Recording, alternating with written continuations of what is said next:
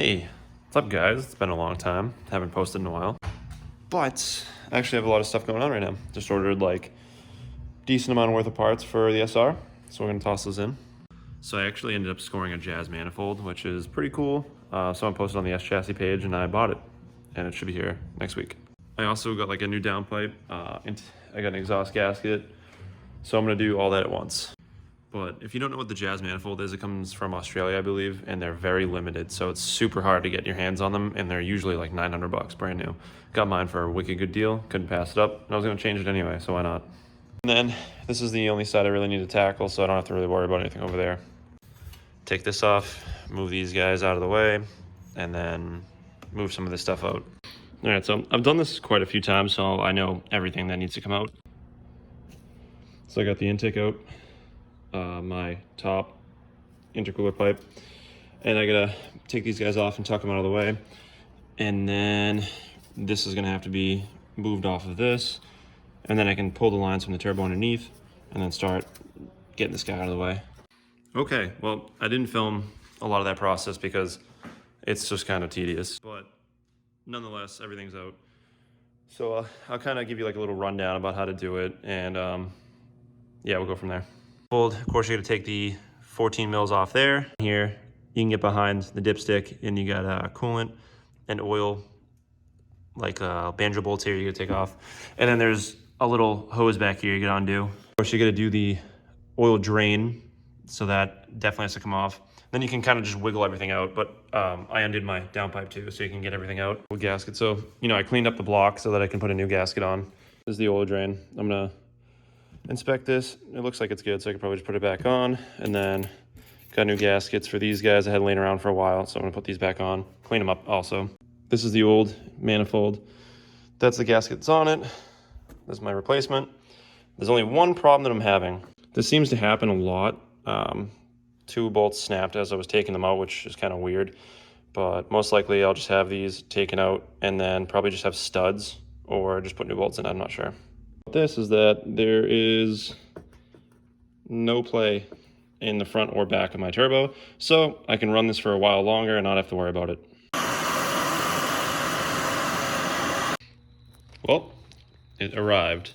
We got the Jazz Manifold here, and I'm just doing a quick mock-up of this. I'll go get studs for it, but I'll do that in a couple minutes, but damn, does it look good. I'm doing some other work over here too. Valve cover is getting repainted black with that crinkle paint, bash bar, and then those guys. I'm gonna put those back on now. Hey everyone, so we are back. There's some stuff I didn't film, a couple things I had to do in order to get this Jazz Manifold to work with my stock T25 turbo, but I'm gonna explain that real quick because you're gonna need to know. All right, so basically, I got the Jazz on, no problem, whatever. Come to find out, I think there is more than one version of the Jazz for the SR20 because my friend Dan on his Skyline has one that fits differently on his SR. So I'll show you what I mean. So mine sits really high up, as you can see. So I heat wrapped that spot because they kind of make contact. Little tube back here, I actually just tapped the little metal part in there with a little rubber hammer, not too hard, just bent it a little bit this way so I could wrap the line up and around. Tapped this a little bit with a rubber mallet, just enough to tilt it, because otherwise, as you can see, if that was straight, it'd be right against the manifold. If you can see in here, there's a little black spacer between the actual turbo and the inlet right here, which allows me to have enough clearance for the coupler to go on, because before there was not. Actually messaged another guy that has a similar issue like this, where this was way too close to the manifold. It's got a little bit of clearance, as you can see, just sitting there. So what I did is I actually heat wrapped, just wrapped it around, and should be all right. I'm gonna just keep an eye on it, of course, same with that up there. But other than that, yeah, I mean, the manifold's on. I just need to put my downpipe on, which I don't have right now, to make sure you have a heat shield for this guy, because you do not want to be boiling that, because this will catch on fire. So we need to put that on right there. It's right there. Put a new power steering pump in from I think it's a J30 Ultima. This was like 60 bucks brand new, or reman, or whatever you want to call it. And then I just adapted it to fitting a 350Z reservoir and then converted my rack to AN fittings. And yeah, so I mean, everything works good. My power steering is super nice now. I started the car just to make sure I had oil pressure and everything. I just installed an oil pressure gauge. So yeah, that's all good. This came out pretty nice. And then it reused the factory coil pack cover. Oil filter cap. Yeah, definitely anything that is flammable or can melt easily. This sheet of like heat shielding was super cheap. I would highly recommend it. Back here, I wanted to mention there's a 5/8 hose right there, and then right where that zip tie is, I actually took an extra piece of 5/8 hose about this big, snipped it, and then wrapped it around right here so that it doesn't get chewed up on this metal part right there, because I actually should have knocked this over just a little bit more when I had the manifold off.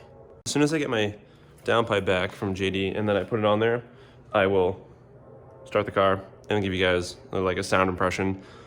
And then, yeah, you should notice like a pretty decent amount of torque and power increase apparently. Of course over stock, because stock is kind of just not the best. It works, but it was time to upgrade. The old stock manifold that is fine, but it was time to upgrade. And I did new spark plugs because I haven't done those in a while. So yeah, I guess we'll go from there. All right, well, as you can see, the Jazz manifold's installed. I actually did a little bit of custom work to get this to work with the stock T25 turbo, which this is very important if you are doing this. You can't see it, but in here, I got the GK Tech T28 spacer. Then used it for the stock elbow, and I had a 90-degree vibrant elbow actually welded onto my inlet here. I also took my original, I think this is 2.5 or 3-inch pipe intercooler, and then it steps down to 2 here. This is the CX Racing one, the part here, which was capped, because this is where this was, but I actually had this welded on this side because it's easier, looks way cleaner. And then I actually just ran 2-inch here for this inlet elbow, and then a 2-inch coupler straight here, and this actually lowered it down so it doesn't hit the skeleton of my hood up there anymore. Don't worry about that. But now the Jazz manifold is installed and it sounds insane.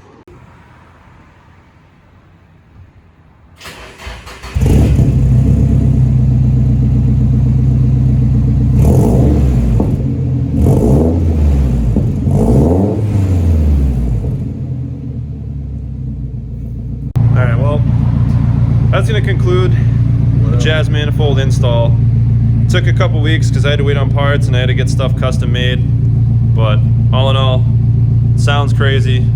Totally worth it. And my ECU and injectors will be coming in like next week. We'll get a new tune, and this thing is going to be like very fast and very fun. So until next time.